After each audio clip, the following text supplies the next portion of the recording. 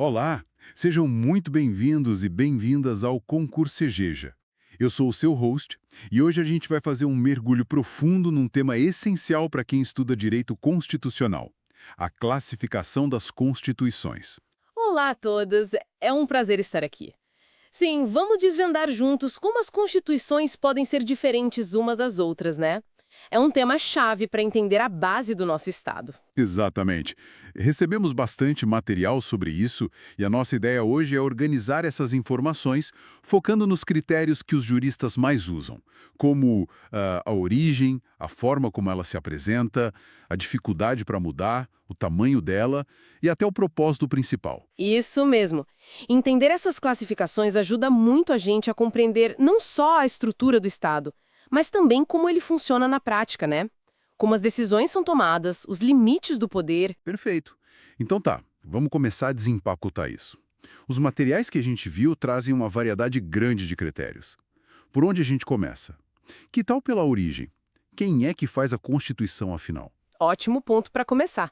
Bom, quanto à origem, a primeira grande distinção que aparece é entre a Constituição outorgada e a promulgada.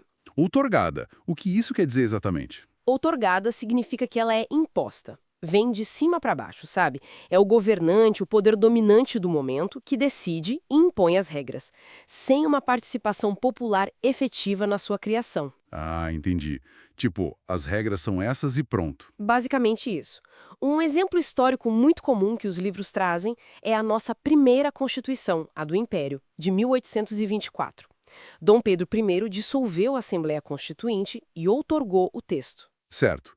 1824, um exemplo clássico de outorga.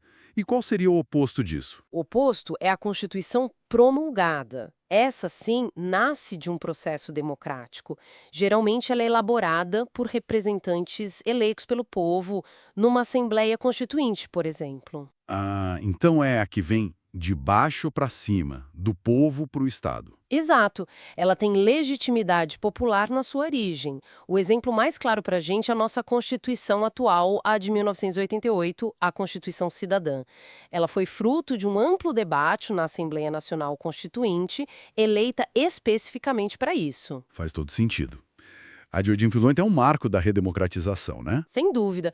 E olha, os materiais mencionam rapidinho outras duas formas, menos comuns talvez.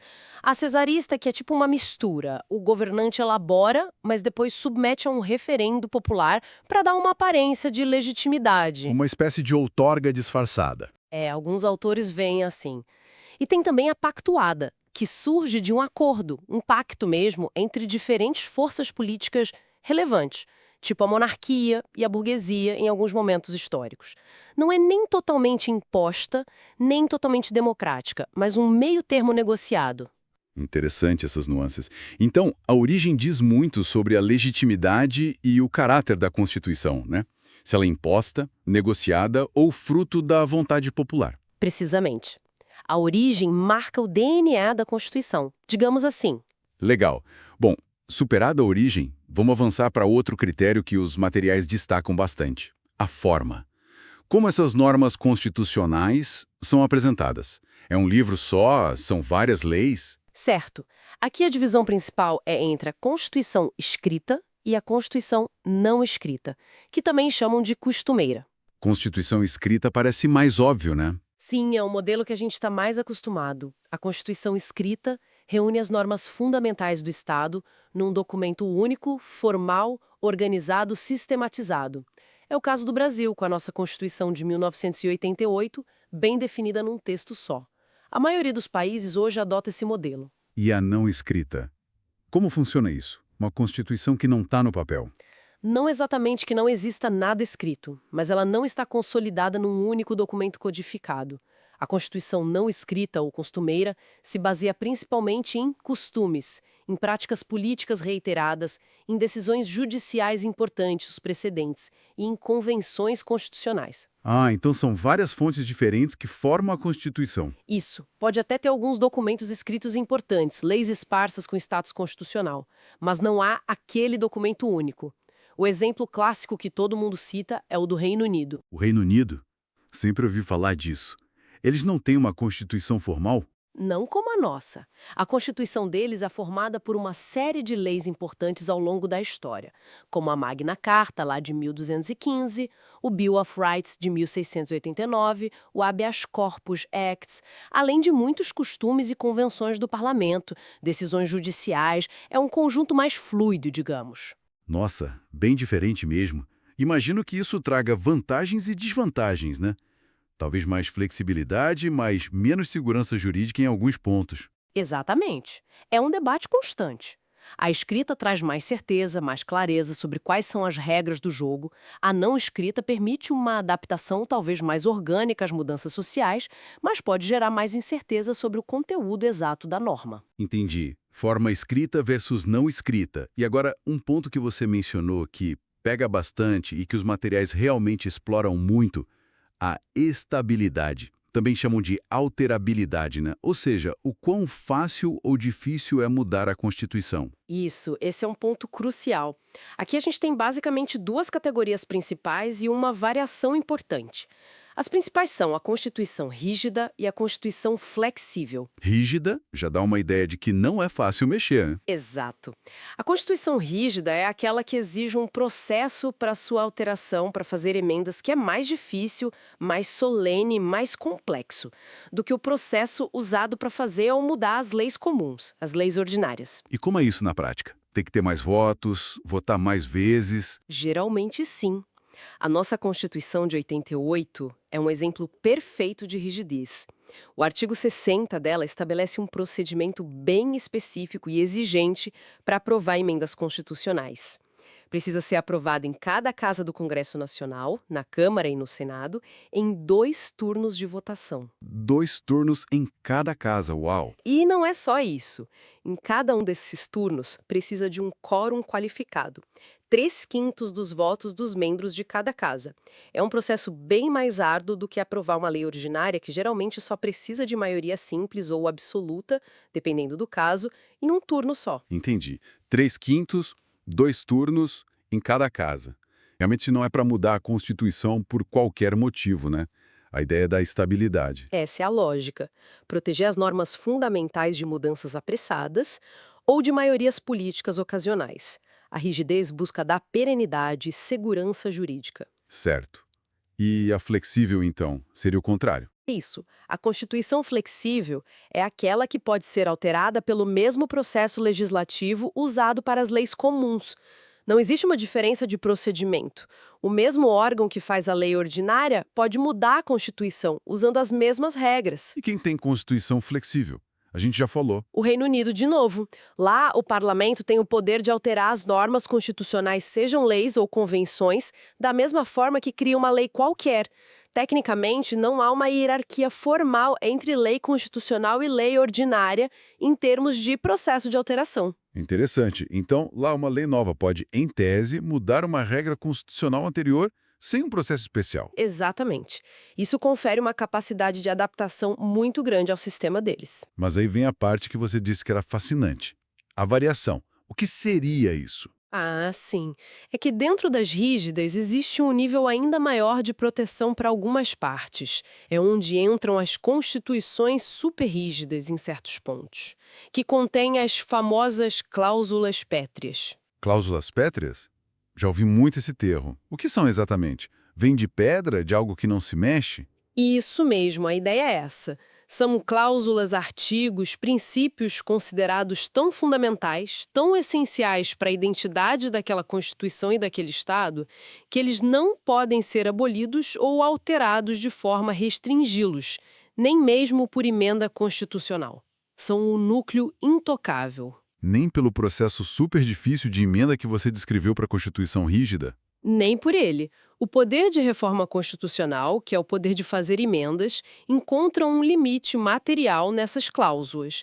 Elas estão fora do alcance do legislador derivado reformador. E a nossa Constituição de 88 tem isso. Tem sim, e é um ponto muito importante. O parágrafo 4º do artigo 60, aquele mesmo que fala do processo de emenda, lista expressamente as cláusulas pétreas no Brasil. E quais são? Dá pra gente ter uma ideia? Claro, o artigo 60, parágrafo 4º, diz que não será objeto de deliberação a proposta de emenda tendente a abolir, Primeiro, a forma federativa de Estado.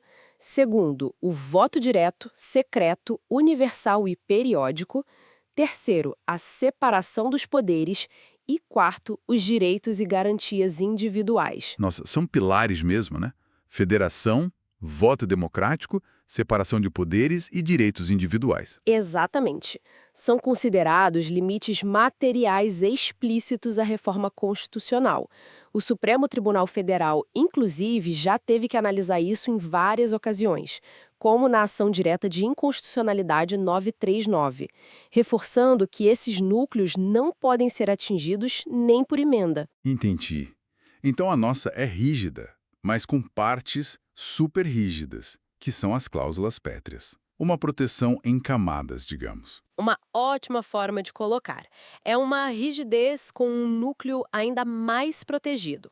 Existe também a classificação de semi-rígida ou semi-flexível, que seria uma constituição que tem partes rígidas e partes flexíveis, mas a nossa se encaixa melhor na ideia de rígida com cláusulas pétreas. Perfeito. Acho que essa questão da estabilidade ficou bem mais clara. É um dos pontos mais técnicos, mais essenciais. E seguindo adiante, os materiais falam também sobre a extensão e conteúdo. Isso tem a ver com o tamanho da Constituição, se ela é um livrão ou um folheto. É basicamente isso, sim. A classificação quanto à extensão divide as constituições em sintéticas e analíticas. Sintética seria mais curta, mais concisa. Sintética ou concisa é aquela que se limita a estabelecer os princípios gerais, as linhas mestras da organização do Estado, a estrutura dos poderes e os direitos fundamentais básicos. Ela não entra em muitos detalhes, deixando que a legislação comum, as leis ordinárias e complementares, cuidem das minúcias. Qual seria um exemplo de Constituição sintética? O exemplo mais famoso é a Constituição dos Estados Unidos, de 1787. É um texto relativamente curto, com poucos artigos, bem principiológico. Ela define a estrutura federal, os poderes, a Carta de Direitos, Bill of Rights, as primeiras 10 emendas, mas muitos detalhes do funcionamento do governo e da sociedade são regulados por leis federais e estaduais. Entendi.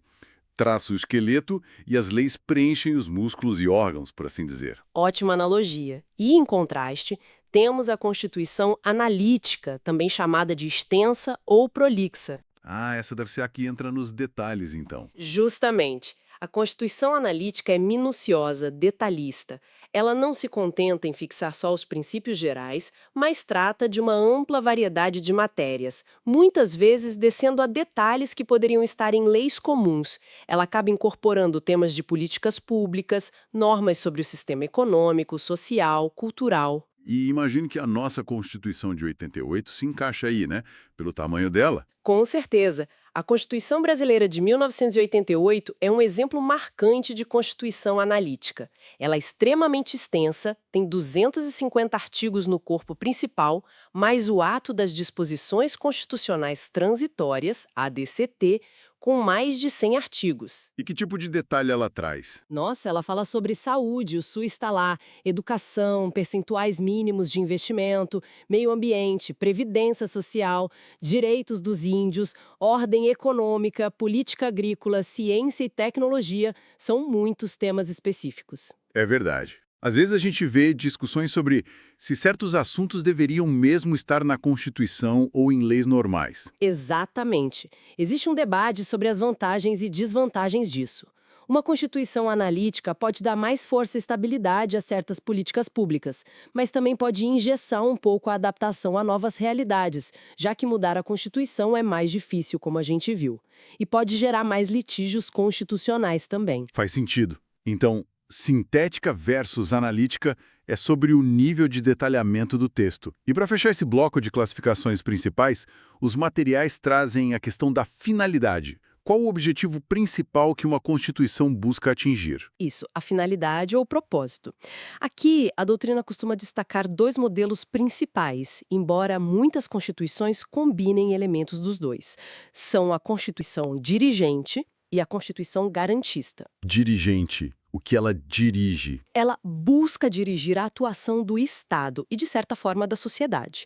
A Constituição dirigente não se limita a organizar o poder e garantir direitos básicos. Ela vai além, estabelece objetivos, metas, programas de ação para o Estado. Ela tem um projeto de transformação social, econômica, cultural. Ah, então ela não só diz como o Estado é, mas como ele deve ser e o que ele deve fazer. Exatamente. Ela contém normas programáticas que indicam direções a serem seguidas pelos poderes públicos.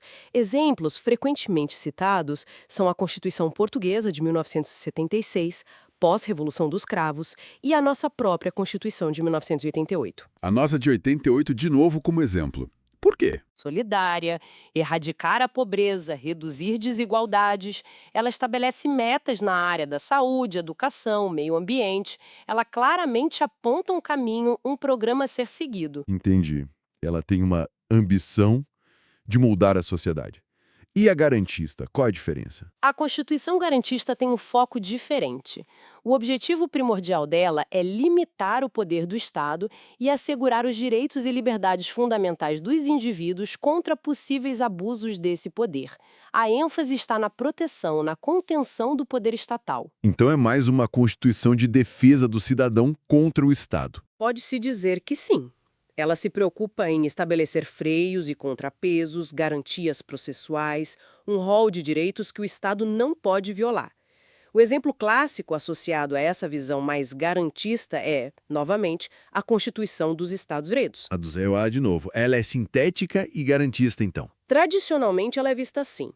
O foco inicial dela, especialmente com o Bill of Rights, era muito claro em limitar o poder do governo federal e garantir liberdades individuais, como a de expressão, a religiosa, o devido processo legal. Claro que com o tempo e a interpretação, ela também incorporou outras dimensões, mas a matriz é considerada garantista. Entendi. Dirigente quer transformar, garantista quer proteger. Mas como você disse, muitas vezes elas se misturam na prática, né? Com certeza.